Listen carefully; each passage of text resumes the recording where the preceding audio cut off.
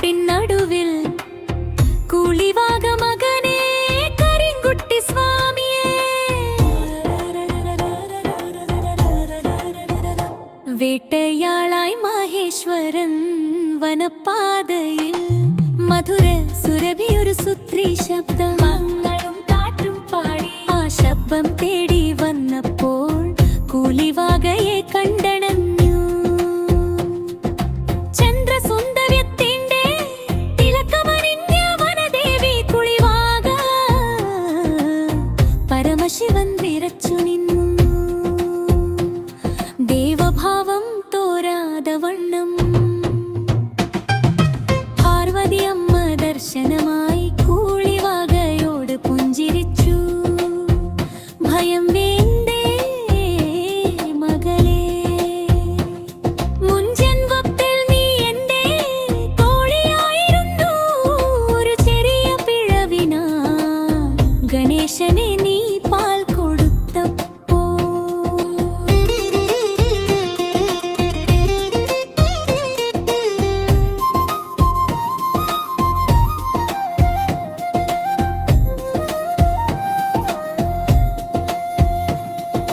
കരഞ്ഞു വീണ കൂളിവാകയെ ദേവി താങ്ങി താലോലിച്ചു.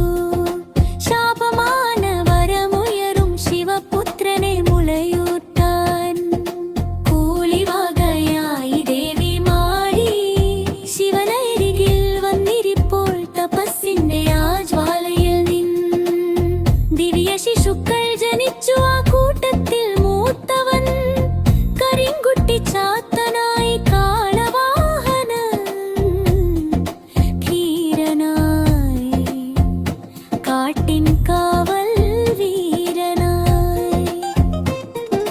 കരിങ്കുട്ടി ചാത്തനെ കാട്ടിൻ കാവൽ വീരനെ കാളവാഹനനെ കരുണാനിധിയെ സ്വാമിയെ. കരിങ്കുട്ടി ചാത്തനെ കാട്ടിൻ കാവൽ വീരനെ കാളവാഹനനെ കരുണാനിധിയെ സ്വാമിയെ. കൂളിവാകയുടെ അനുഗ്രഹത്തിൽ ശിവപുത്രന്മാർ വളരുമ്പോൾ ശക്തിപാഠം പകർന്നു അമ്മ ദേവി ജ്ഞാനം ചൊരിഞ്ഞൊഴുകി. കാട് മുഴുവനും വിറപ്പിച്ചു ചാത്തന്മാരുടെ തപോജ്വാല. കാളയുടെ പിന്നിൽ ഈഴര പാടി